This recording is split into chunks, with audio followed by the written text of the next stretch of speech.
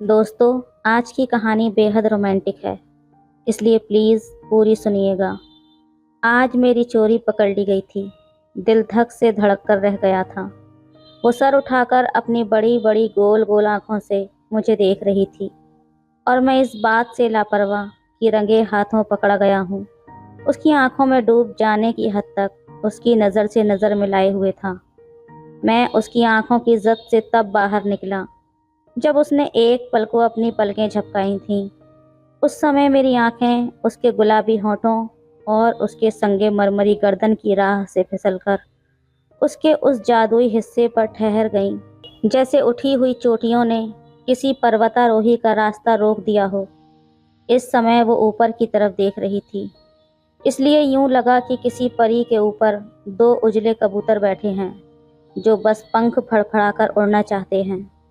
मेरी आंखें उन उजले कबूतरों के जोड़े में ही उलझी हुई थीं कि उसने मेरी आंखों की शरारत को पहचान लिया था और अगले ही पल अलगनी पर टंगे तौलिए से उसने अपने बदन को ढक लिया था। उस समय मुझे यूं लगा जैसे कबूतर किसी शिकारी की आहट पर अपने दरबे में दुबक गए हों। दुबक तो मैं भी गया था। 16 साल के मेरे मन ने समझ लिया था कि तूफान आएगा और इसी तूफान के डर से मैं तमाम दिन डरा सहमा अपने कमरे में दुबका रहा। दिन ढल के शाम हो चुकी थी और तूफान ने अब तक दस्तक नहीं दी थी। रात का अंधेरा अब पूरी तरह छा चुका था। मैंने देखा कि वो दीदी के साथ घर आ गई थी। सच पूछो तो मैं उसका इंतज़ार भी करता था। इंतज़ार तो आज भी कर रहा था, पर उसे देखते ही मेरा दिल धड़क गया था। ट्यूबलाइट की दूधिया रोशनी में उसकी पहनी हुई सफ़ेद उजली शर्ट, उसकी गोरी रंगत में चार चांद लगा रही थी और रात के अंधेरे की कालिमा उसकी पहनी हुई काली शलवार से आंखें लड़ाकर उसकी जुल्फ़ों की काली रंगत से इजाफा कर रही थी। ऋषि, ज़रा एक गिलास पानी तो पिलाना। जब उसने ये कहा तो मेरा ध्यान टूटा। पानी देते समय जब उसकी उंगलियां मेरे हाथ से टकरा रही थीं, तब मेरे दिल में ये सोच बुलंदी पर थी कि अब वो मेरी दीदी के सामने ही मुझसे मेरी चोरी का जिक्र करेगी। पर उसने ऐसा नहीं किया और थोड़ी देर में वो चली गई। बीए फाइनल ईयर के एग्ज़ाम देकर वो अपने मामा के घर गर्मियों की छुट्टियां बिताने आई थी। मेरे और उसके मामा का घर बिल्कुल अगल बगल में था। वो 20-21 साल की एक गोरी छरेरी और खूबसूरत लड़की थी। उसका नाम पूजा था। पूजा के मामा के घर बाथरूम नहीं था, इसलिए वो नहाने के लिए मेरे घर आ जाया करती थी। एक दिन जब वो बाथरूम में थी, मैं अपने बेचैन दिल के साथ टहलते हुए छत पर पहुंच गया। छत पर टहलते हुए मेरी नज़र बाथरूम की छत के उस हिस्से पर पड़ी जिसे पापा ने दूसरी मंजिल पर पानी ले जाने के लिए नल का इंतज़ाम करवाने के लिए ठीक किया था। इस समय वो हिस्सा एक टीन के टुकड़े से ढका था। मैंने धड़कते दिल से घुटनों के बल बैठकर टीन के टुकड़े को हल्का सा एक तरफ सरका दिया। मेरी नज़रों ने नीचे बाथरूम में झांका तो मुझे यूं लगा जैसे बाथरूम में कमल का फूल खिला हो।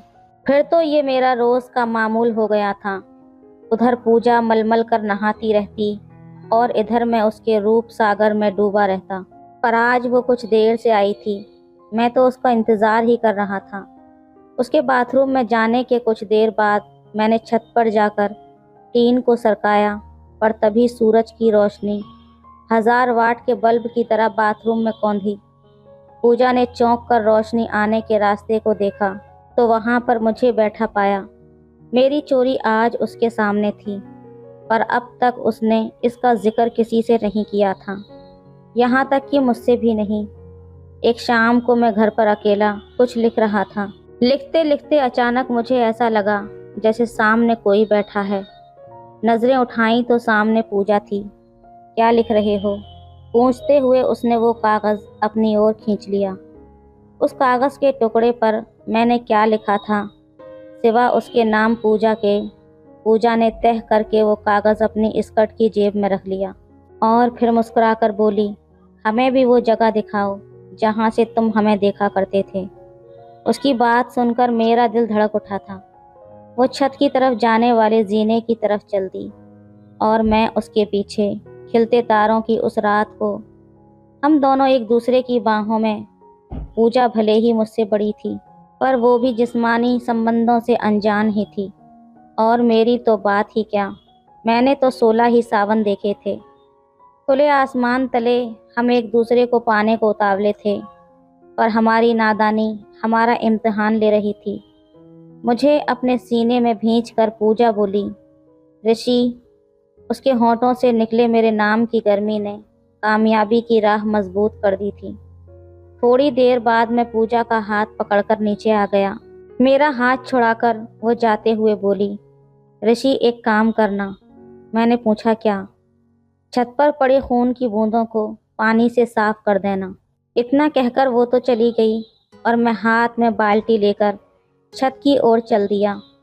पूजा उस रात के बाद फिर मुझे दिखाई न दी। उसकी छुट्टियां ख़त्म हो गई थीं।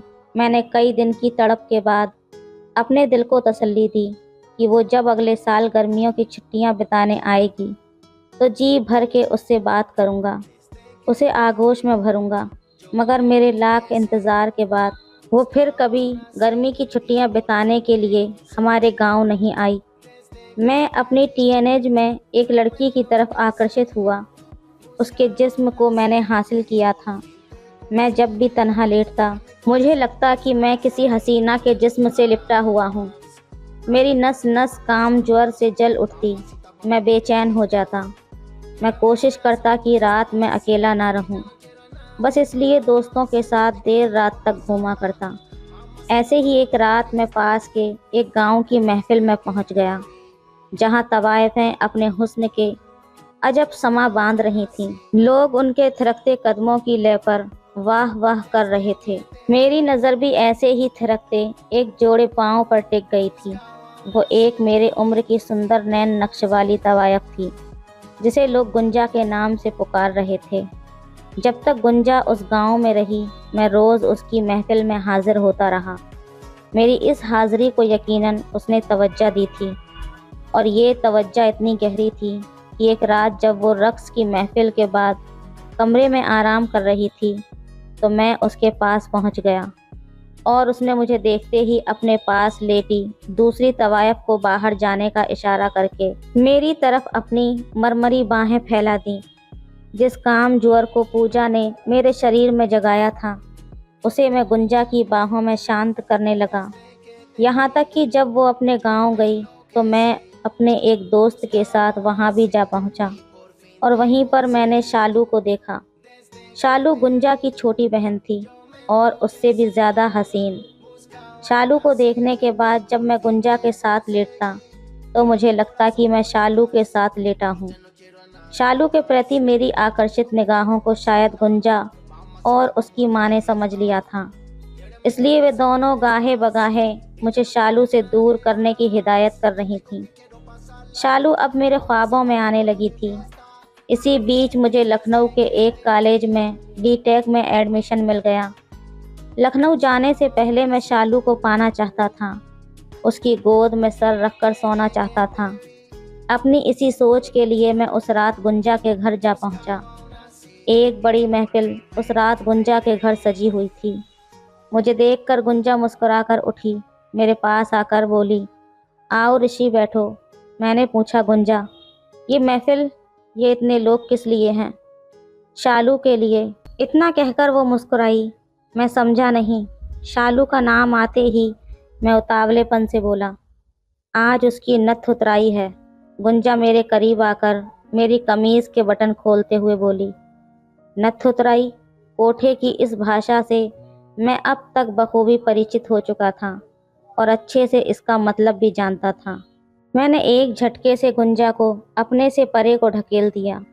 ज़मीन पर गुंजा के गिरने की आवाज़ सुनकर वहाँ पान चबाते हुए उसकी माँ भी आ गई।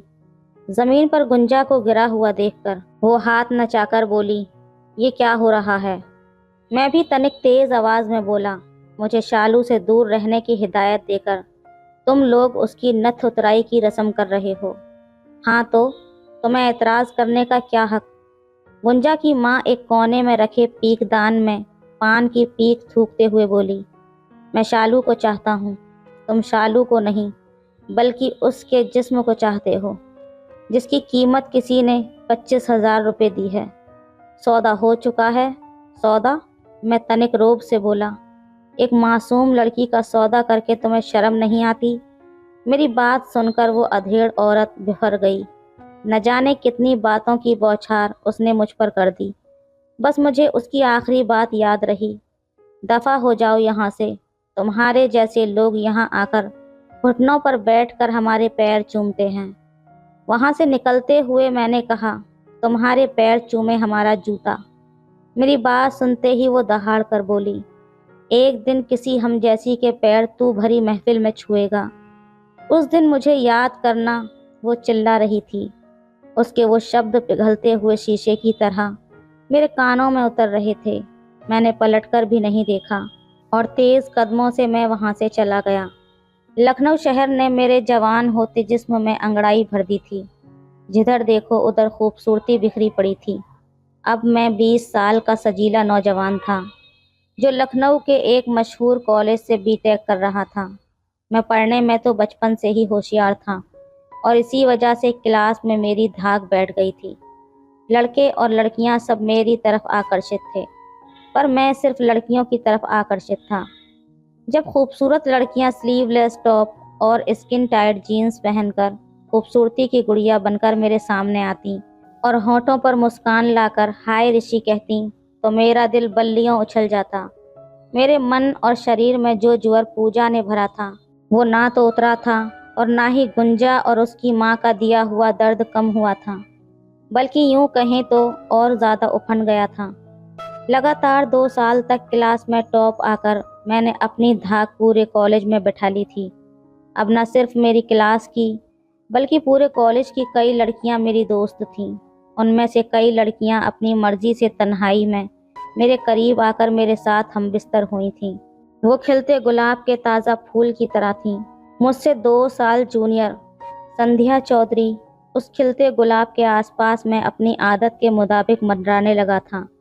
बहुत जल्द मैंने संध्या से अपनी दोस्ती और फिर प्यार का इजहार किया, जिसे उसने शर्मा कर कबूल कर लिया था। हाँ, ये सच था कि मुझे संध्या से प्यार हो गया था और जल्द ही हमारे प्यार के अफसाने सारे कॉलेज में चर्चा की बात हो गए थे। संध्या भी अपना पूरा प्यार मुझ पर उड़ेल रही थी और ये उसके प्यार का ही असर था कि मैं अब उससे मिलने के बाद किसी दूसरी लड़की के साथ बिस्तर पर नहीं गया था। भले ही संध्या ने मुझे प्यार सिखा दिया हो, पर मेरे जिस्म को दिया गया पूजा का जुअर उतरा नहीं था और इस जुअर ने उस दिन अपना असर दिखाया जब संध्या दोपहर की तन्हाई में मुझसे मिलने मेरे कमरे पर आई थी। आज उसने ब्लैक कलर के रंग का कुर्ता पहना हुआ था, जिस पर रेड कलर के गुड़हल की पत्तियों की तरह बनावट थी और उस कुर्ते के नीचे सफ़ेद शलवार। उसका गोरा बदन इस लिबास में उबल उबल पड़ रहा था।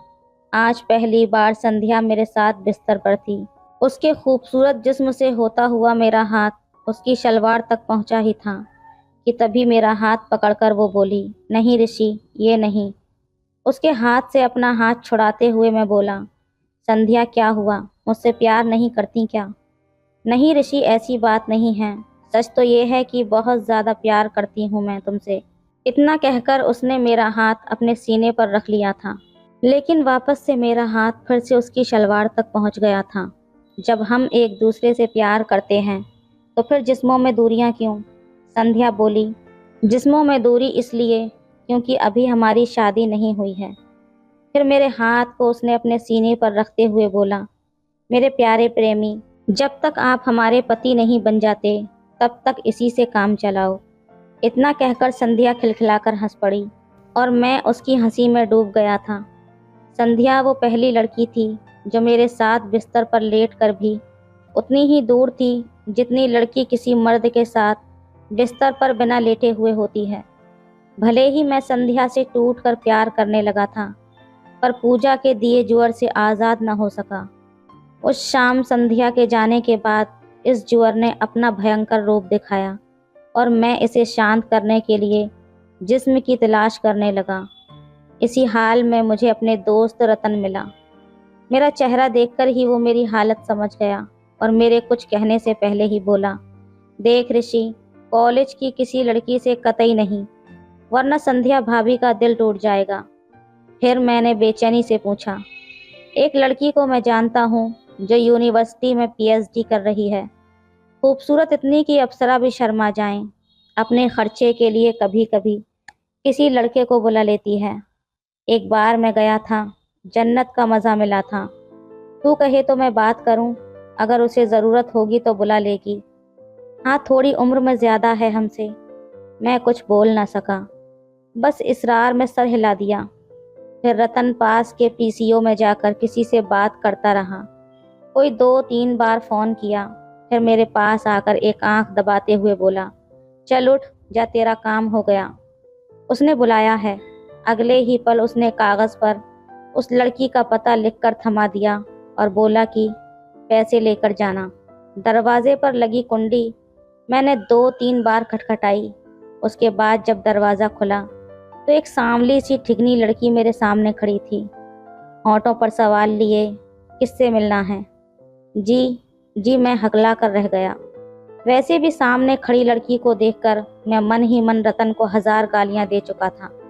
मुझे हकलाते हुए देखकर वो गुस्से से बोली, ओह, ये लड़की बाज नहीं आने वाली। फिर वो चिल्लाकर बोली, ओए बाहर आ। इतना कहकर वो कमरे से बाहर चली गई। जाते जाते उसने दरवाज़ा भी बंद कर दिया था। मुझे अभी कमरे में खड़े 1-2 मिनट ही हुए थे कि अपने गीले बालों को तौलिया से सुखाते हुए वो आ गई। जैसे ही उसने बाल पीछे करके सर उठाकर मुझे देखा, मेरे मुंह से निकला, पूजा। कुछ पल वो मुझे खामोश खड़ी निहारती रही, फिर दौड़कर मुझे गले लगाकर बोली, ओह ऋषि, तुम हो?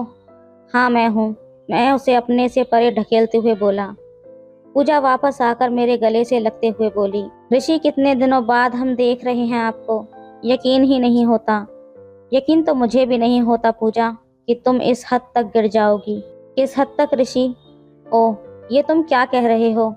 आज कितने दिनों बाद मिले और ये क्या बातें करने लगे? वही बातें पूजा जो करनी चाहिए। तुम अपने जिस्म का जोर उतारने के लिए उस जिस्म को मर्दों के आगे बेचती हो। क्या इसे गिरना नहीं कहते? ऋषि, तुम समझ नहीं रहे। तुम्हें कैसे कहें कि ये पढ़ाई, ये पीएचडी, इसमें कितने पैसे लगते हैं, ये सब कहाँ से आता, जबकि घर वाले मेरे शादी बीए के बाद ही कर देना चाहते थे। पर मैं आगे पढ़ना चाहती थी, कुछ करना चाहती थी, अपने पैरों पर खड़ा होना चाहती थी। इस तरह से पूजा, मैं उसके कंधे झकझोरते हुए बोला। यूं गंदगी में गिरकर तुम खड़ा होना चाहती हो, कुछ बनना चाहती हो? क्या बनना चाहती हो तुम? मेरे हाथों को अपने हाथों में लेते हुए पूजा बोली, ऋषि, ये ठीक है कि ये रास्ता गलत है, मैं मानती हूँ कि मेरे जिस्म को कई मर्दों ने हासिल किया है, पर कोई लड़की उस शख्स को नहीं भूलती जिसने उसे पहली बार पाया हो। ऋषि, तुम ही वो हो जिसने मुझे पहली बार पाया था। ऋषि, तुम अब तक मेरी सांसों में बसे हुए हो। मैं वो पल नहीं भूली जब तारों की रोशनी में तुमने मेरे कुंवारेपन को हासिल किया था। मेरे हाथों को पकड़े वो और न जाने क्या क्या बोले जा रही थी, पर मैंने वो सब अनसुना करके उसे वापस अपने से परे धकेल दिया। वो अपने घुटनों पर सर रखकर सिसकने लगी थी। मैंने कहा, पूजा, मैं भी तुम्हें याद करता था। मैंने भी उस रात के बाद तुम्हारी राह देखी थी, तुम्हारा इंतज़ार किया था, पर तुम्हें आज यूं पाकर मैं तुमसे नफरत करता हूँ। तुम तो वैश्या निकली।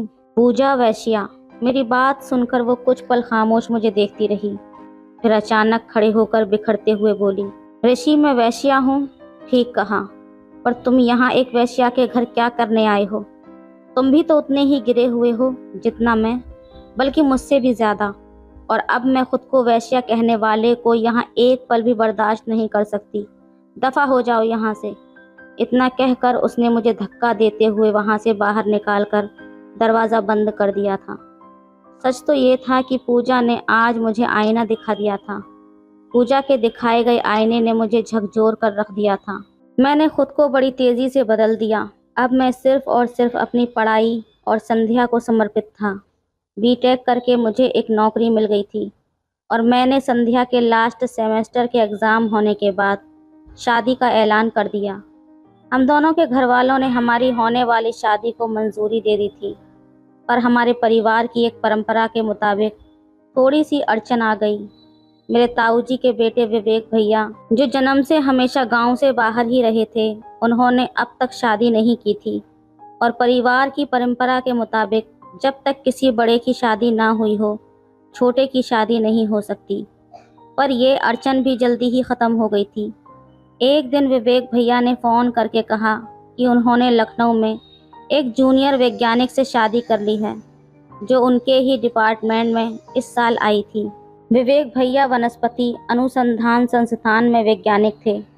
यूं बिना किसी को बताए शादी कर लेने से परिवार के लोग विवेक भैया से थोड़ा नाराज़ हुए।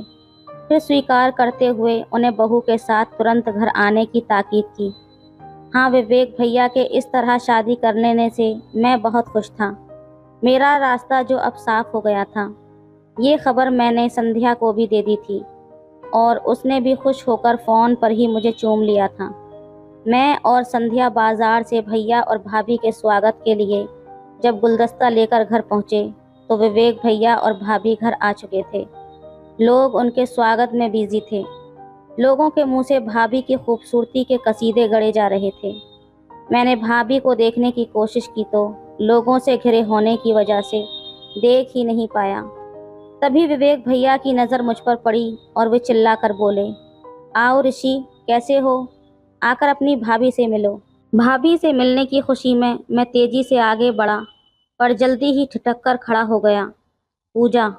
मेरे होंठ हल्के से हिले, शरीर पूरी तरह से कांप कर रह गया।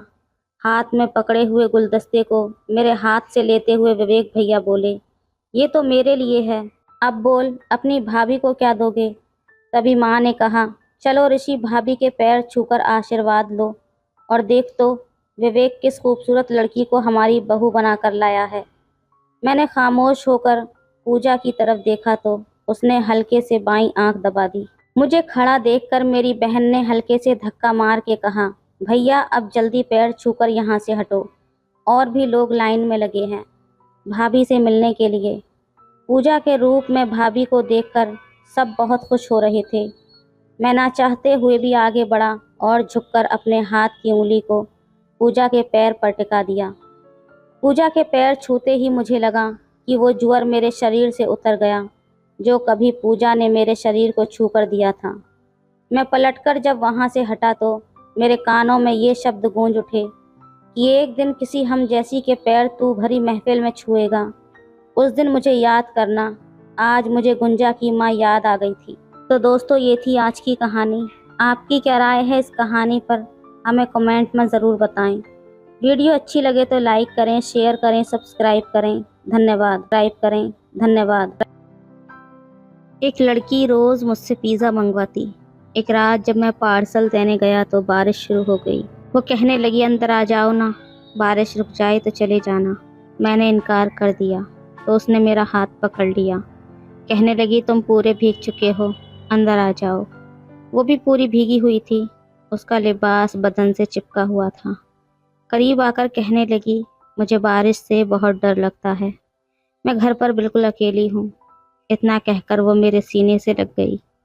अचानक बिजली के कड़कने से उसने मुझे और भी ज़्यादा कसकर पकड़ लिया था। मैं भी इंसान था, कोई फरिश्ता नहीं था। अपने जज्बातों को रोक नहीं पाया। मैंने उसे गोद में उठाया और उसके कमरे में लेकर गया और फिर मैंने उसके एक एक करके सारे कपड़े। हेलो दोस्तों, स्वागत है आप सभी का हमारी एक और रोमांचक कहानी में। उम्मीद करती हूँ आपको ये कहानी बेहद पसंद आएगी। मैं एक डिलीवरी बॉय था। सुबह से शाम तक मेरा बस यही काम था। मोटरसाइकिल में यूं चलाता था जैसे पायलट जहाज़ उड़ाता है। मोटरसाइकिल पर मेरी स्पीड बहुत तेज़ थी। जहां दूसरे डिलीवरी बॉय दिन में 5-6 ऑर्डर पूरे कर पाते थे, मैं 10 से 12 ऑर्डर कर चुका होता था। वैसे तो हम जैसे लड़कों का एक ही रोना होता है, बेरोज़गारी और गुर्बत, लेकिन उस पर भी मेरी शक्ल सूरत बहुत ही खूबसूरत थी। बस डिलीवरी बॉय का अगर यूनिफॉर्म न पहनता तो लड़कियां मुझ पर फिदा हो जाती। आज भी मैं उसी घर के सामने खड़ा था जो पिछले 1 महीने से हर दूसरे दिन मुझसे कुछ न कुछ मंगवाती रहती थी। काफ़ी खूबसूरत लड़की थी। मेरे आने से पहले ही अपना दरवाज़ा खोल कर खड़ी हो जाती। जैसे ही मेरी बाइक खड़ी होती, उसके चेहरे पर एक दिल फरेब सी मुस्कुराहट सज जाती थी।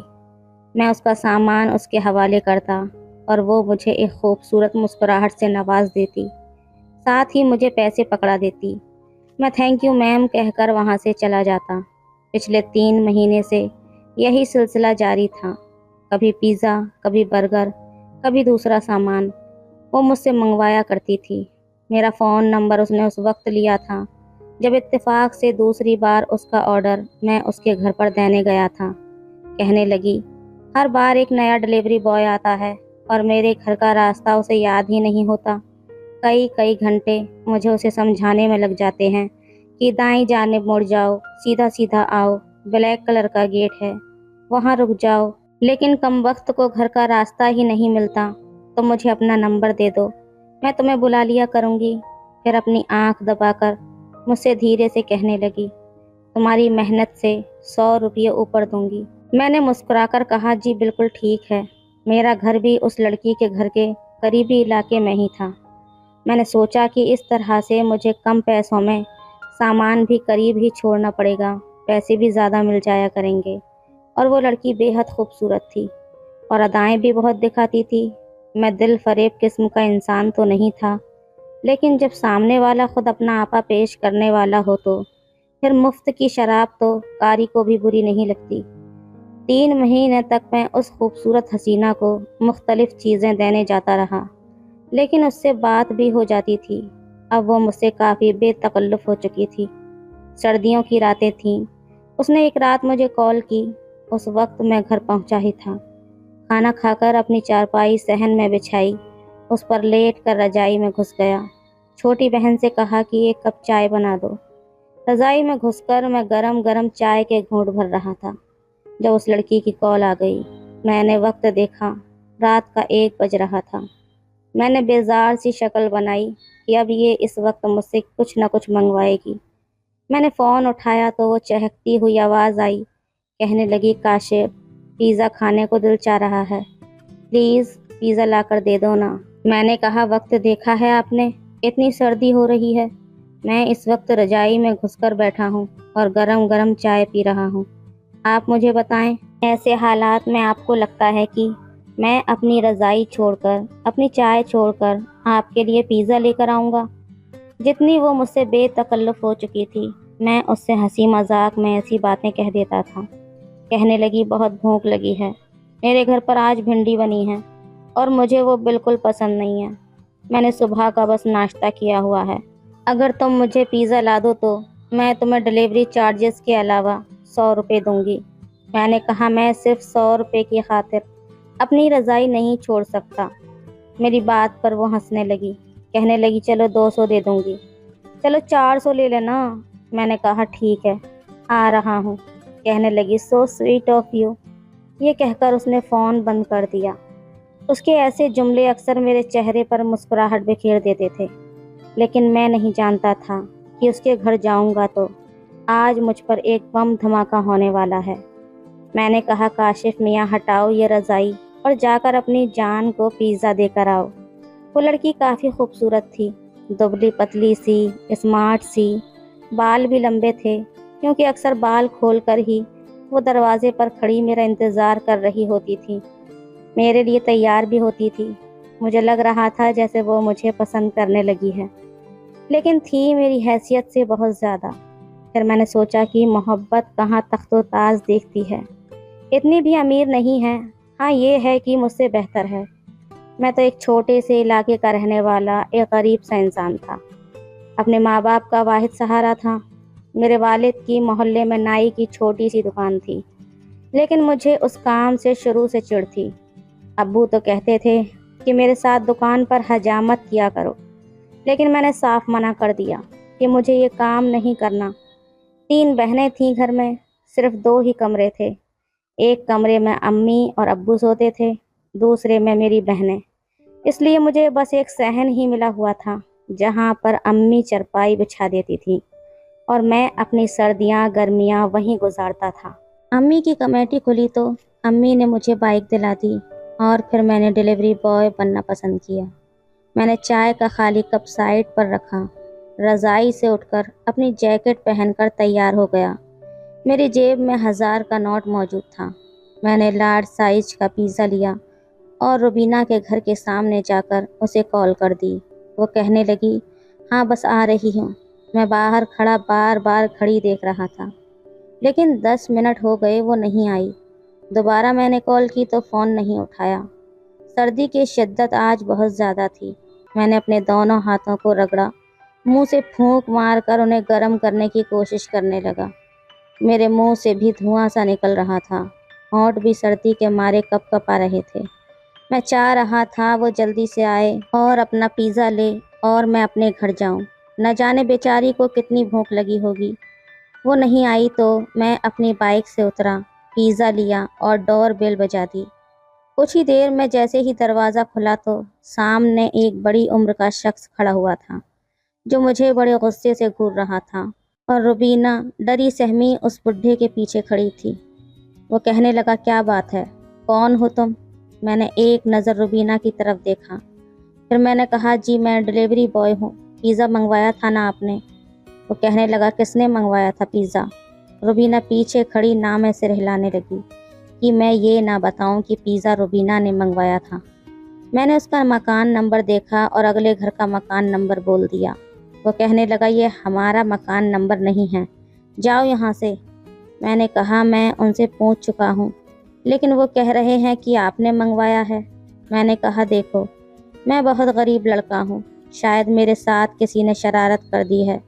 मैं ये पिज़्ज़ा अफोर्ड नहीं कर सकता। जिसने भी ये पिज़्ज़ा मंगवाया है उसने शायद गलत एड्रेस दे दिया है, इसलिए अगर आप रख लें तो मेरे पैसे बच जाएंगे। मैंने बड़ी मासूम सी शक्ल बनाई। मैं चाहता था कि रुबीना पिज़्ज़ा खा ले क्योंकि उसने सुबह का नाश्ता किया हुआ था। वो शख्स कुछ देर तो मुझे देखता रहा, फिर कहने लगा, कितने का है? मैंने कहा, 1000 का। उसने जेब से 1000 रुपये दिए और पिज़्ज़ा लेकर अंदर चला गया। मैंने सुकून का सांस भरा। इससे पहले कि मैं बाइक की जानिब पलटता, मुझे उस घर से शोर की आवाज़ आई। वो शख्स रुबीना से कहने लगा कि शुक्र करो वो लड़का किसी और का ऑर्डर लाया था, लेकिन अगर मुझे ये पता चला कि तुमने मंगवाया है तो मैं ये बिल्कुल बर्दाश्त नहीं करूँगा।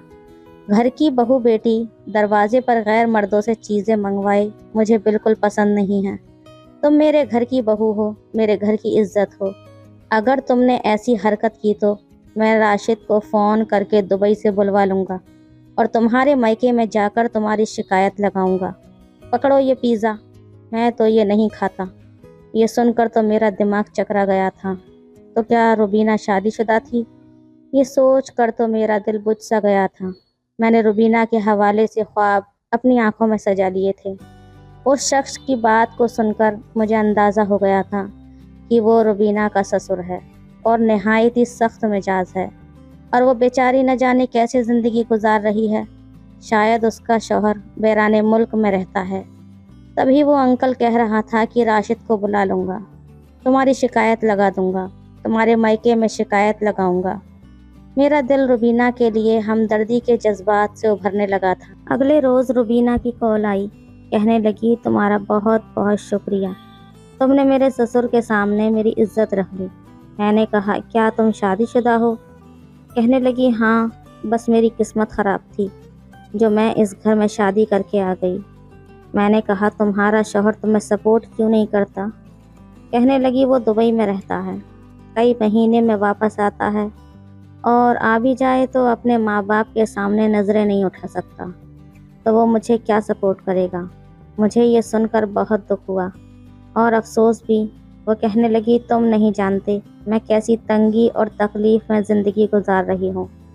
ये थोड़े बहुत पैसे मैं बच्चों को ट्यूशन पढ़ाकर जमा करती हूँ ताकि अपनी छोटी छोटी ख्वाहिशों को पूरा कर सकूँ, वरना राशिद जितने भी पैसे भेजता है वो सब मेरे ससुर के पास होते हैं।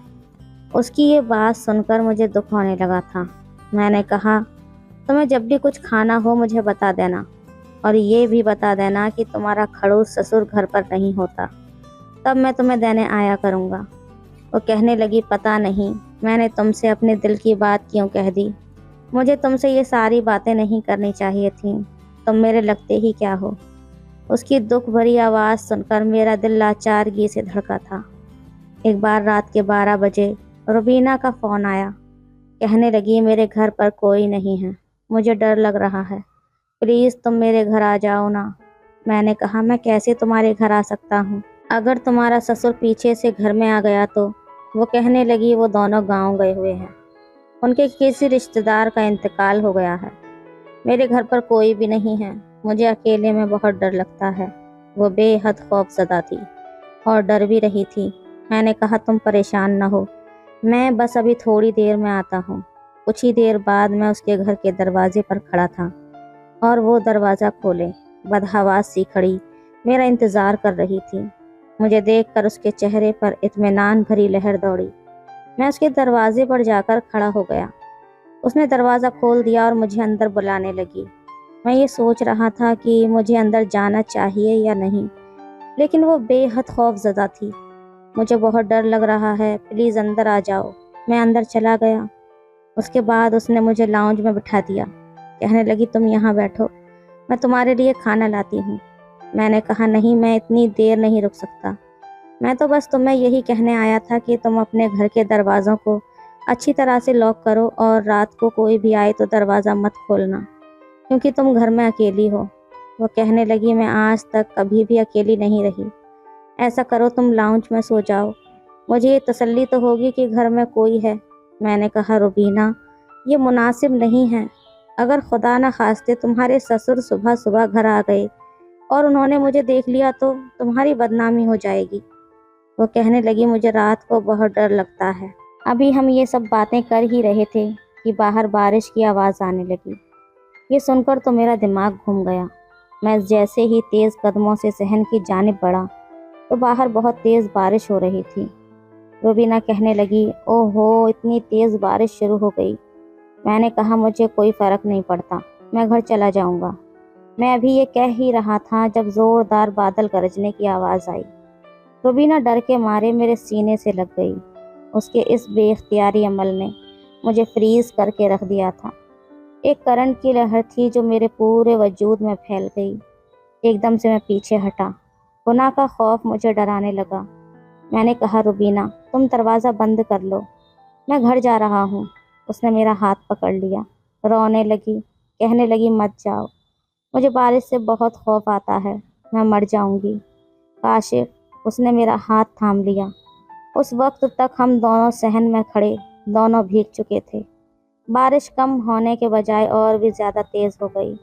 उसका टाइट लिबास बारिश की वजह से उसकी जीनत को जाहिर करने लगा था। मेरी नज़रों में बेताबी बढ़ने लगी। मैंने फ़ौरन से अपना पहलू बदला, नज़रें झुकाईं। मैं यहाँ से जाना चाहता था, वरना शायद खुद पर काबू खो बैठता। इसलिए मैंने रुबीना से अपना हाथ छुड़ाया, लेकिन ऐन वक्त पर आसमान पर बिजली चमकी। बादल की गरज से रुबीना को कांपने पर मजबूर कर दिया। वो काशिफ कहती हुई मेरे पहलू के साथ लग गई। मैं भी इंसान था, कोई फरिश्ता नहीं था।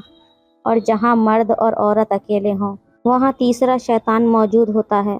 मेरी भी अकल उस वक्त काम करना छोड़ गई। बस दिल की धड़कनें थीं जो उस वक्त रुबीना के दिल के साथ धड़क रही थीं, क्योंकि वो मेरे सीने के साथ लगी हुई थी। उसने खौफ की वजह से अपने दोनों हाथ मेरी कमर से जकड़ रखे थे। ये कह रही थी कि मुझे बहुत डर लग रहा है, प्लीज़ मुझे छोड़कर मत जाओ। मुझ पर बेखुदी सी छाने लगी। मैं उसे अंदर ले गया, कमरे का दरवाज़ा बंद किया और फिर हमारे जज्बात पूरी तरह जाग उठे थे। शैतान हम पर हावी हो चुका था। रुबीना ने मुझे बस एक बार ही मना किया था, लेकिन मैं मुकम्मल अपने होश खो बैठा था। मुझे होश उस वक्त आया जब मैं जिना जैसा गुनाह कर चुका था। मैं बुरी तरह से पछता रहा था। वो कहने लगी काशिफ, ये तुमने मेरे साथ क्या कर दिया? मैंने तुम्हें अपनी हिफाजत के लिए बुलाया था और तुमने, ये कहकर वो फूट फूट कर रोने लगी। मैंने कहा देखो, जो कुछ हुआ है वो हादसाई तौर पर हुआ है। रात को बारिश बहुत तेज़ थी और फिर तुम खुद भी तो मेरे साथ लग गई थी। वो कहने लगी मैं खौफज़दा थी, डरी सहमी थी। तुम तो मर्द थे, तुम्हें तो होशो हवास से काम लेना चाहिए था ना। मैं तो खौफ के मारे पनाह मांग रही थी, लेकिन तुमने तो मुझे बर्बाद करके रख दिया। मैंने कहा देखो, जो कुछ भी हो गया है उसमें मेरा कोई भी कसूर नहीं है। तुम्हें मुझे बुलाना ही नहीं चाहिए था। वो कहने लगी, ठीक है, तुम समझो मेरा ही कसूर है, मैं ही गलत हूँ। उसने अपनी मासूम शक्ल बनाकर कहा। मैं वहाँ से वापस चला आया। मुझे अपने किए पर बहुत ज़्यादा शर्मिंदगी होने लगी। मैं घर आया तो मेरी माँ मुझसे पूछने लगी कि तुम कहाँ पर थे। रात भर मैंने नज़रें चुराईं। मैंने कहा, अम्मी, रात को बहुत तूफ़ानी बारिश हो गई थी, इसलिए अपने दोस्त के घर रुक गया था। मेरी अम्मी कहने लगी, बारिश को रुके हुए 3 घंटे हो चुके हैं और रात की बारिश की पेश गोई तो 4 दिन पहले से ही कर दी गई थी। तुम्हें वक्त पर घर आ जाना चाहिए था। मैं रात भर तुम्हारे लिए परेशान हो रही थी। फ़ोन तो कर सकते थे कि दोस्त के घर पर सो गया हूँ। 100 फ़ोन किए तुम्हारी बहनों ने, लेकिन तुमने फ़ोन उठाने की भी जहमत नहीं की। मैं कमरे में चला गया। बहनों से कहा कि मेरी तबीयत ठीक नहीं है, मैं सोना चाहता हूँ, इसलिए वो कमरे से बाहर चली जाएं। वो कमरे से बाहर निकल गईं। मुझे अपने किए गए गुनाह का शदीद एहसास हो रहा था। मुझे वहाँ जाना ही नहीं चाहिए था। पता नहीं अब क्या होगा। मुझे रुबीना की भी बहुत फ़िक्र हो रही थी। उसके बाद ना तो रुबीना का कोई फ़ोन आया, ना मैंने उससे रब्ता किया। चंद दिन बाद रुबीना की कॉल आई। मैंने डरते डरते उठाई।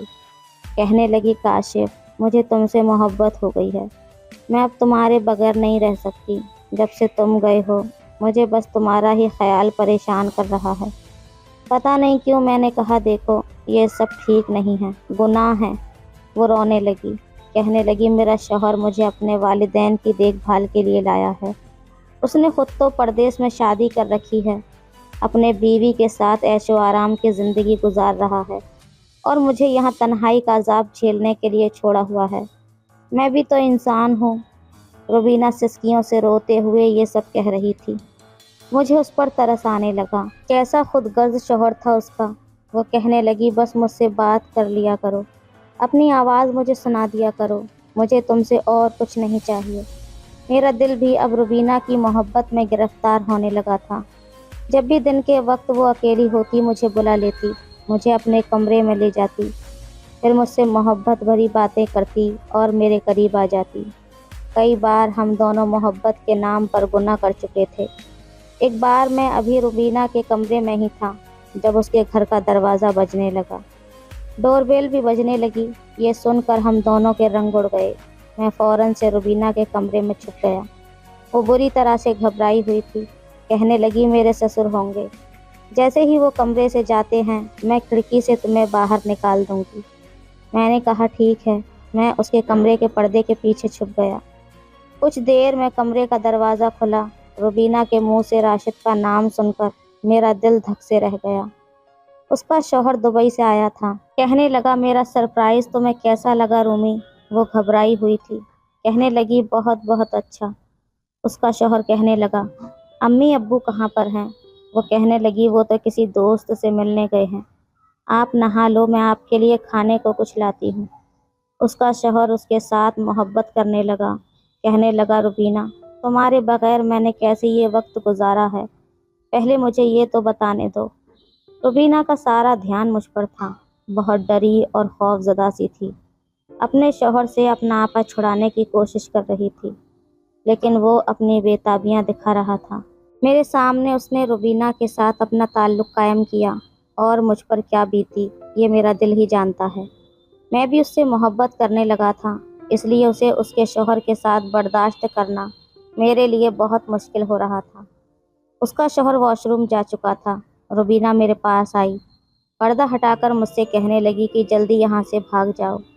मैंने कहा, रुबीना, अपने शौहर से कहो दूर रहे, वरना मैं उसका खून पी जाऊँगा। मैं तुमसे मोहब्बत करने लगा हूँ। मैं अब तुम्हारे साथ किसी को बर्दाश्त नहीं कर सकता, तुम्हारे शौहर को भी नहीं। उससे कहो वो तुम्हें तलाक दे दे और रहे अपनी दूसरी बीवी के पास। मैं बेहद गुस्से में था। रुबीना का रंग उड़ा हुआ था। मेरे सामने हाथ जोड़कर कहने लगी कि अभी जाओ यहाँ से। मेरे शौहर ने तुम्हें देख लिया तो आज की रात मेरी आखिरी रात होगी। मैंने कहा, तुम्हें डरने की ज़रूरत नहीं है, मैं हूँ तुम्हारे साथ। ये कहकर मैं उसके घर से बाहर निकल गया। उसके बाद रुबीना ने मुझे फ़ोन करना भी छोड़ दिया, लेकिन मुझे रातों को नींद नहीं आती थी। जब भी ये ख्याल आता कि वो अपने शौहर मुझे बेचैनी सी होने लगती। मैं रुबीना को ढेरों मैसेज करने लगा। उससे कहता कि मुझे तुमसे मिलना है, मैं तुम्हें देखे बिना नहीं रह सकता। वो अब मुझसे बहाने करने लगी थी। मेरे दिल में अपनी मोहब्बत की आग लगाकर अब वो मुझसे दूरी इख्तियार कर रही थी और मैं उसकी कुर्बत के लिए अब बेचैन होने लगा था। यह शायद गुनाह की आदत होने लगी थी। एक बार मुझसे रहा नहीं गया तो मैं एक पिज़्ज़ा लेकर उसके घर पहुंच गया। दरवाज़ा उसी ने खोला। उसे देखकर मेरा दिल बेकरार सा होने लगा। वो मुझे देखकर हैरान थी। कहने लगी, तुम क्यों आए हो? मैंने कहा, मैं नहीं रह सकता तुम्हारे बगैर। कहने लगी, मेरे ससुर और सास अपने कमरे में हैं, तुम जाओ। लेकिन मैं घर के अंदर आ गया। मैंने कहा, मैं अपने दिल का क्या करूं? रुबीना, मैं पागल हो जाऊंगा, तुम समझ क्यों नहीं रही हो? वो मुझे अपने कमरे में ले गई, मेरे सीने से लग गई। कहने लगी, मैं भी तुम्हारे बगैर नहीं रह पा रही हूँ, लेकिन मेरी मजबूरी को समझो। ये कहकर वो मुझसे पीछे हट गई, लेकिन मुझे कहाँ सब्र था। मैंने उसे अपनी बाहों में ले लिया, अपनी बेताबियां दिखाने लगा, जिसकी आदत उसी ने मुझे डाली थी। वो मुझे पीछे करने की कोशिश में थी कि अचानक से कमरे का दरवाज़ा खुला। शायद जल्दबाजी में रुबीना कमरे का दरवाज़ा लॉक करना भूल गई थी। सामने उसका ससुर खड़ा था। उसे देखकर तो मेरा भी रंग उड़ गया था। रुबीना ने मुझे धक्का दिया और अपने ससुर के पास जाकर रोने लगी। कहने लगी, ये शख्स न जाने कैसे घर में घुस आया है। मेरे कमरे में आकर मेरे साथ ये कहकर रोने लगी। मैं हैरान रह गया। अपने आप को बचाने की खातिर वो मुझे बुरी तरह फंसा चुकी थी। उसका ससुर मुझे मारने लगा। उसने शोर मचा दिया। मोहल्ले के लड़के जमा हो गए और मुझे मारने लगे। रुबीना का शौहर भी आ गया। उसने मुझे बहुत मारा।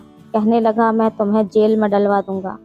तुम चोरों की तरह मेरे घर में आकर मेरी बीवी के साथ गुनाह कर रहे थे।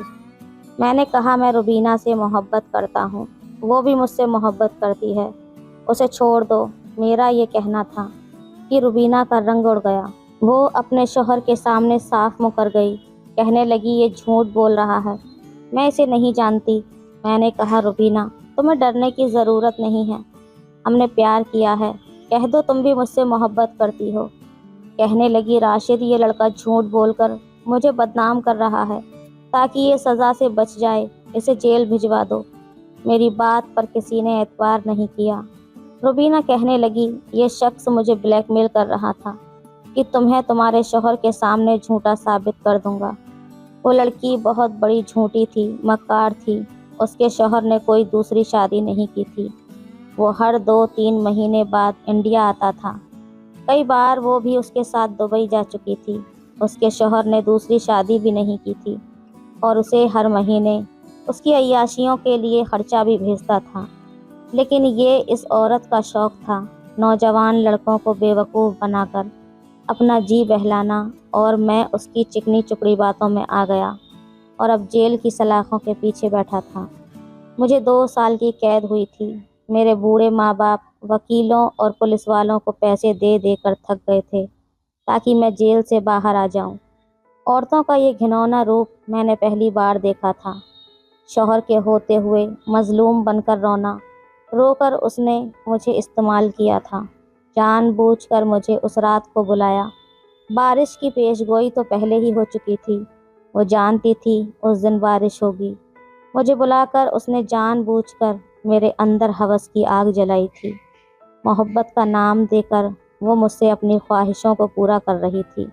यहाँ तो वो झूठ बोलकर बच गई, लेकिन खुदा के सामने क्या करेगी।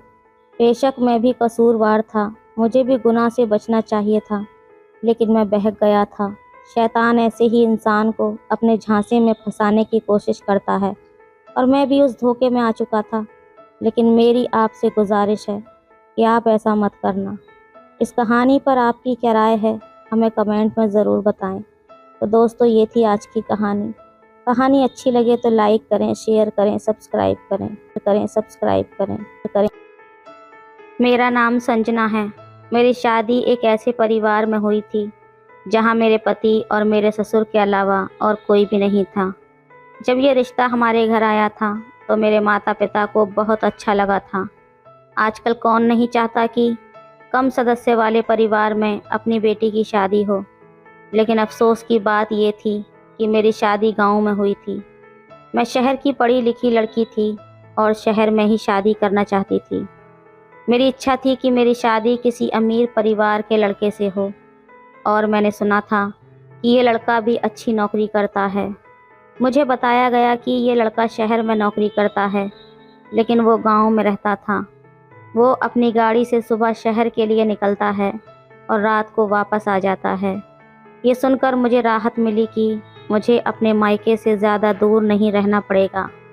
लड़का दिखने में बेहद स्मार्ट और पढ़ा लिखा था। उसकी फैमिली में सिर्फ 2 ही लोग थे, मेरे ससुर जी और मेरे पति। मेरे पति ने मुझे बताया था कि मेरे ससुर जी की आंखों की रोशनी लगभग 2 साल पहले चली गई थी। उनकी आंखों में मोतियाबिंद हो गया था और वक्त पर इलाज न होने की वजह से उनकी रोशनी पूरी तरह चली गई। ये रिश्ता हमारे लिए बहुत अच्छा था, इसे ठुकराने का और कोई कारण नहीं था। इसलिए मेरी शादी बड़ी ही सिंपल तरीके से हो गई थी। मैं अपने पति के साथ ससुराल आई।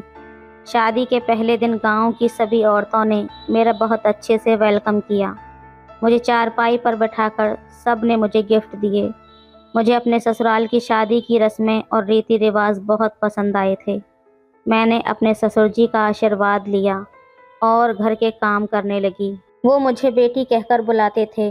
मेरे ससुर बहुत अच्छे इंसान थे, लेकिन जब भी मैं काम करते हुए उनकी तरफ देखती तो मुझे ऐसा लगता था कि वो मुझे घूर रहे हैं। फिर मुझे याद आता कि वो तो देख ही नहीं सकते। ये ख्याल मुझे बार बार आता था, लेकिन फिर मैं भूल जाती कि वो अंधे हैं। हमारे घर पर गांव की औरतें आती और थोड़ी देर बातचीत करके चली जाती। मेरे ससुर का कहना था कि गांव के लोग बहुत प्यार और मोहब्बत वाले होते हैं। मेरे ससुर कमरे से बाहर नहीं आते थे और हम दोनों दिन भर अकेले रहते थे। मेरे पति ने मुझे शादी की रात ही समझा दिया था कि मुझे उनके पिता का ख्याल रखना है। मेरे ससुर जी की आंखों की रोशनी जाने के बाद उन्होंने घर पर ही रहना शुरू कर दिया था। पहले हमारे घर में एक नौकरानी हुआ करती थी, जो अब नौकरी छोड़कर जा चुकी थी। तब से घर में काम की परेशानी बढ़ गई थी। पड़ोस की एक औरत हमारा खाना आकर बना देती थी, लेकिन ये व्यवस्था हमेशा के लिए नहीं चल सकती थी। शादी की पहली रात मेरे पति ने मेरी बहुत तारीफ की थी और मैंने उन्हें भरोसा दिलाया कि उनके पिता का हमेशा ख्याल रखूंगी।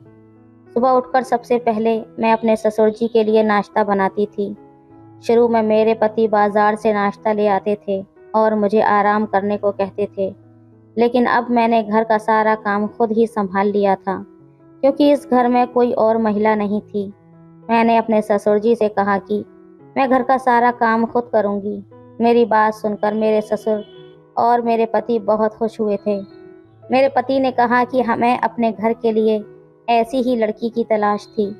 उन्होंने कहा कि मैं ना सिर्फ खूबसूरत हूँ, बल्कि समझदार भी हूँ। नाश्ते के टेबल पर मैंने सबके लिए नाश्ता परोसा और अपने ससुर जी को अपने हाथों से नाश्ता निकाल कर दिया। मेरे पति ने भी अपने पिता को अपने हाथ से नाश्ता खिलाया। मेरे पति मुझे देखकर धीमे धीमे मुस्कुरा रहे थे। जब मेरे पति घर पर होते तो अपने पिता का सारा ख्याल वही रखते थे। उन्होंने अपने पिताजी से मुझे नाश्ता करते हुए कहा था कि अब अगली बार से तुम ये जिम्मेदारी निभाओगी। मैंने अपने पति से खुश होकर कहा, क्यों नहीं, मैं घर की सारी जिम्मेदारी संभाल लूंगी। मुझे ऐसा लग रहा था जैसे मेरे ससुर अभी मेरे सामने बैठकर घूर रहे हैं। जब मेरे ससुर का नाश्ता पूरा हो गया तो मेरे पति पास की चेयर से उठकर मेरे बराबर की चेयर पर बैठ गए। मेरे चेहरे को सहलाने लगे। मुझे डर था कि कहीं मेरे ससुर हमें देख न लें, लेकिन मेरे पति ने इशारे से कहा कि वो हमें कैसे देख सकते हैं, उनकी आंखों की रोशनी जा चुकी है। मेरे पति मुझे बेहद प्यार करते थे। जब मेरे पति घर पर नहीं होते थे तो मैं घर का सारा काम बिना दुपट्टे के ही किया करती थी।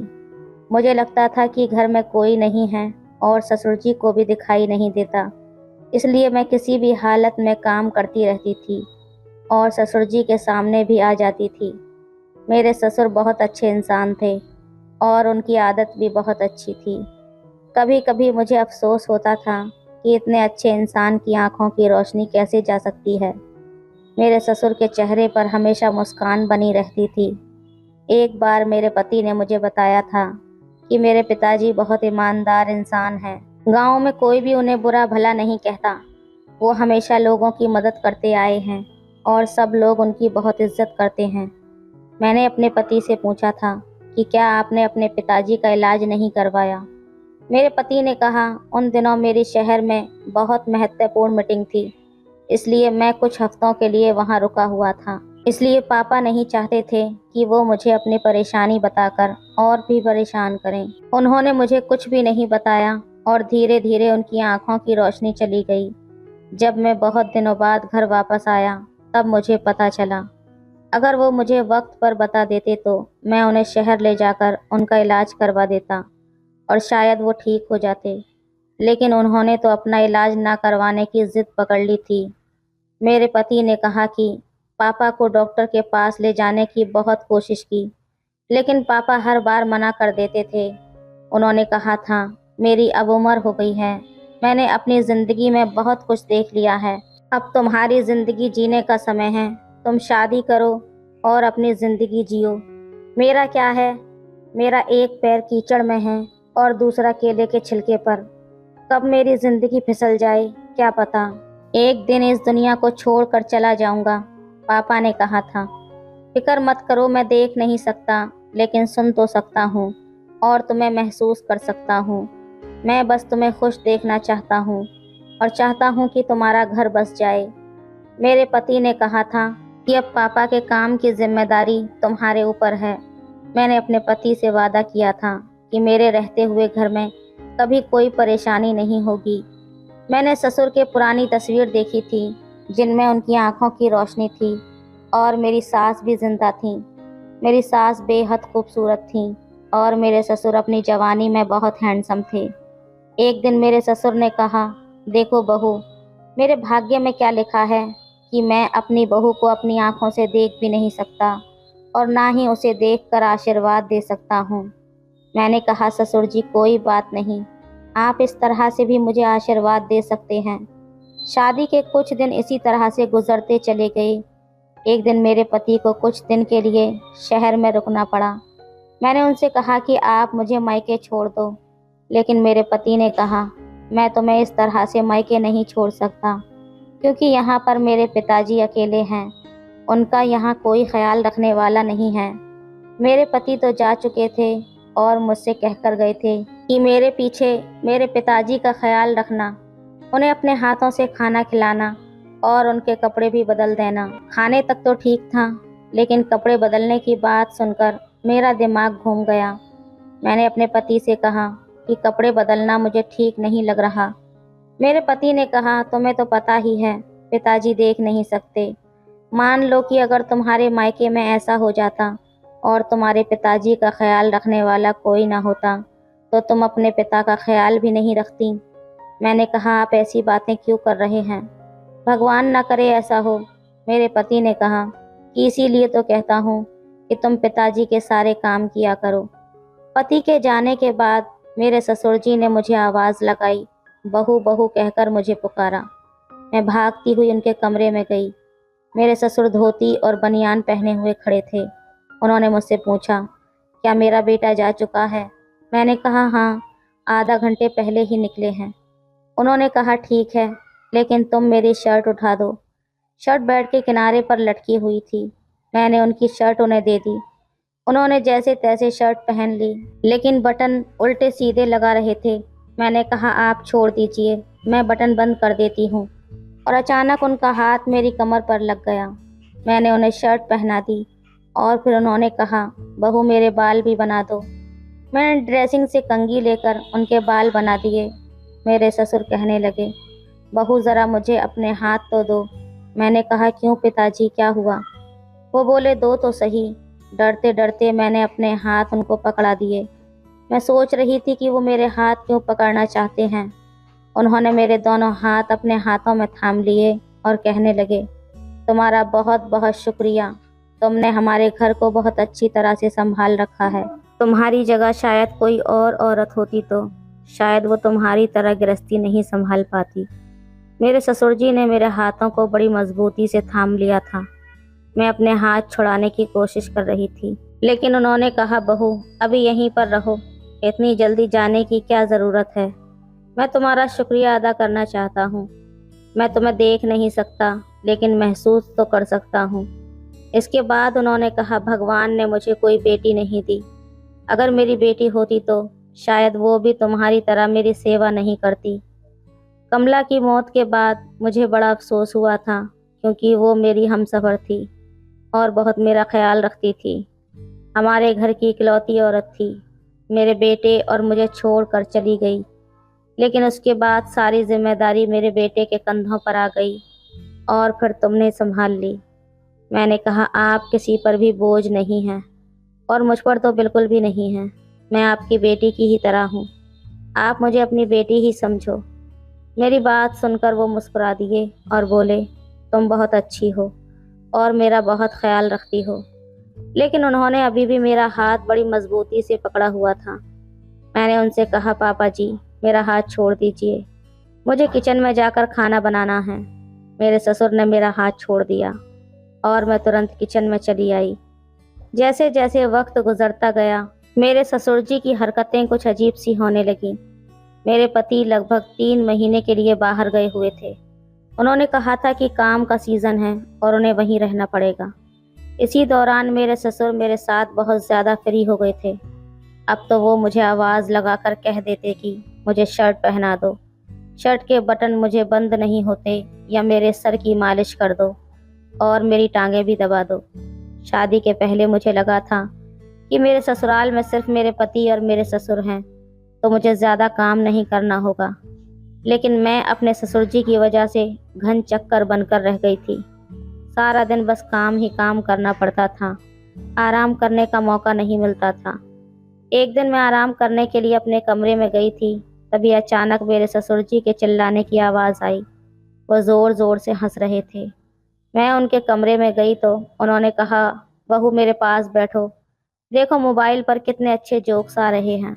मैंने उनसे कहा, आप सुनते रहिए, मैं आराम करने जा रही हूँ। मेरे ससुर जी ने कहा कि बहू आराम तो होता ही रहेगा, मेरे बेड पर लेट जाओ, आराम भी करती रहना और चुटकुले भी सुनती रहना। मैं हैरान हो गई कि वो मुझे अपने बिस्तर पर लेटने की बात कर रहे थे। मैंने कहा, सारा दिन घर का काम करती रहती हूँ, अब आराम करने के बाद मुझे खाना भी बनाना है। मेरे ससुर जी हंसते हुए बोले, मेरे पास बैठो और चुटकुले सुनो, तुम्हारी तबीयत भी ठीक हो जाएगी। मैंने कहा, काम छोड़ दूँ, काम तो कभी ख़त्म नहीं होते। फिर मैं उनके बिस्तर पर जाकर बैठ गई और कहा, ठीक है बताइए, अगर आपको भूख लगेगी तो क्या खाएंगे। उन्होंने हंसते हुए कहा, तू मेरे करीब बैठ जाओ, मेरे लिए यही बहुत है। मैं उठकर खड़ी हो गई और कहा, खबरदार, जो आपने मुझे बेवकूफ़ बनाने की कोशिश की तो। मेरे ससुर जी हंस रहे थे। मैं तुरंत अपने कमरे में चली गई और जाकर लेट गई। काम करते करते मैं बहुत थक जाती थी। मेरे ससुर जी घर का खाना ही खाते थे। मेरे पति का कहना था कि उन्हें ताज़ा खाना ही खिलाना। थोड़ी देर आराम करने के बाद मैं किचन में चली गई। गर्मी बहुत ज़्यादा हो रही थी, इसलिए मैंने दुपट्टा नहीं ओढ़ा हुआ था। मेरे ससुर अपने कमरे पर चेयर पर बैठे हुए थे। मैं झाड़ू लगा रही थी और अचानक देखा कि वो मेरे पीछे खड़े थे। मैंने कहा, आपको किसी चीज़ की ज़रूरत है क्या? उन्होंने कहा, नहीं बहू, मुझे किसी चीज़ की ज़रूरत नहीं है, बस महसूस कर रहा था कि कमरे में तुम ही हो या कोई और है। मैंने कहा, आप कैसी बात कर रहे हैं, भला हमारे घर में हमारे अलावा कौन रहता है? उन्होंने कहा, चलो कोई बात नहीं, और फिर अपने बिस्तर पर बैठ गए। रात को मैं उन्हें खाना खिलाने गई। खाना खिलाते वक्त वो बहुत खुश होते थे। कभी कभी मेरा हाथ पकड़ लेते थे। उन्होंने कहा, तुम्हारे हाथ का बना खाना बहुत टेस्टी होता है। अब धीरे धीरे मुझे उनके व्यवहार में बदलाव दिखने लगा था। मुझे अब उनसे उलझन होने लगी थी, क्योंकि वो किसी न किसी बहाने से मुझे छूने की कोशिश करने लगे थे। मैं समझ नहीं पा रही थी कि वो क्या करना चाहते हैं। मैं अपने ससुर की हरकतों से बहुत ज़्यादा परेशान हो गई थी। मुझे समझ नहीं आ रहा था कि अपने पति को उनके हरकतों के बारे में कैसे बताऊं, क्योंकि मेरे ससुर ने कहा था कि वो देख नहीं सकते। मुझे यकीन था कि मेरे पति मेरी बात पर यकीन नहीं करेंगे। एक रात मैं अपने कमरे में सो रही थी। दरवाज़ा खुला हुआ था अचानक मेरी आंख खुली क्योंकि मुझे लगा कोई मेरे पैरों पर गुदगुदी कर रहा है। जैसे ही मैंने देखा, मेरे पैरों तले ज़मीन खिसक गई क्योंकि ये कोई और नहीं बल्कि मेरे ससुर ही थे। मैंने तुरंत अपना दुपट्टा डाला और पूछा, पापा जी आपको कुछ चाहिए था क्या? उन्होंने मेरा हाथ पकड़ लिया और कहा, मैं कोई अंधा वंधा नहीं हूँ, सब कुछ देख सकता हूँ। मैं तो हैरान रह गई और डर भी गई। मैंने कहा, यह आप कैसी बातें कर रहे हैं? मेरे ससुर ने जल्दी से मुझे पकड़ लिया। मैं खुद को छुड़ाने की कोशिश कर रही थी, लेकिन वो मेरी बात नहीं सुन रहे थे। मैंने चिल्लाने की भी कोशिश की, लेकिन उन्होंने मेरे मुंह पर हाथ रख दिया और फिर उसके बाद जो हुआ वो नहीं होना चाहिए था। मुझे अपने ससुर से ऐसी उम्मीद नहीं थी। उन्होंने झूठ बोला था कि वो अंधे हैं और इस बात का फ़ायदा उठाया। उन्होंने मेरी इज्जत को तार तार कर दिया था। मैंने उनसे कहा, आपने मेरे साथ अच्छा नहीं किया। मैं आपके बारे में सब कुछ अपने पति को बताऊंगी। मेरे ससुर हंसते हुए बोले, मेरा बेटा कभी तुम्हारी बात पर यकीन नहीं करेगा क्योंकि उसे पता है कि मैं अंधा हूँ। अगर तुमने मुझ पर आरोप लगाया, वो तुम्हें ही घर से निकाल देगा। उनकी बात सुनकर मैं बहुत ज़्यादा डर गई। मुझे लगा कि वो सही कह रहे हैं। मेरा पति कभी भी मेरी बात पर यकीन नहीं करेगा, लेकिन मेरे ससुर ने जो किया था वो मेरे लिए बहुत ज़्यादा खतरनाक साबित हुआ। मैं बिल्कुल लाचार हो गई थी और ज़मीन पर बैठकर ज़ोर ज़ोर से रोने लगी। मेरे ससुर ने कहा, मेरी नज़र तो तुम पर पहले दिन से ही थी क्योंकि तुम बहुत खूबसूरत थीं और मैं तुम पर उसी दिन से लट्टू हो गया था। मैंने कहा, आपने मेरे साथ ऐसा क्यों किया? उन्होंने बताया, मैंने मेहनत मजदूरी करके अपने बेटे को पाला पोसा था। जब से वो शहर गया, उसने मुझ पर ध्यान देना बंद कर दिया। फिर मैंने प्लान बनाया कि अपने बेटे का ध्यान अपनी तरफ खींचने के लिए मुझे अंधा बनना पड़ेगा। मैंने अपने बेटे से झूठ बोला था और उसने इस बात पर यकीन कर लिया। जब उसने शादी की और तुम्हें घर लाया तो मेरी नज़र तुम पर ही थी।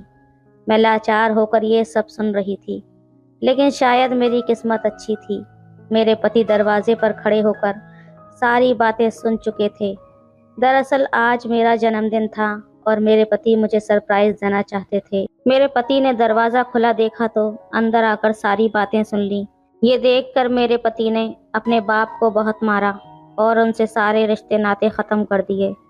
फिर मुझे भी अपने साथ शहर ले गए। उन्होंने मुझसे अपने बाप की तरफ से माफ़ी मांगी। अब मैं अपने पति के साथ शहर में रहती हूँ। तो दोस्तों, ये थी आज की कहानी। आपकी क्या राय है इस कहानी पर हमें कमेंट में ज़रूर बताएं। वीडियो अच्छी लगे तो लाइक करें, शेयर करें, सब्सक्राइब करें। धन्यवाद। करें।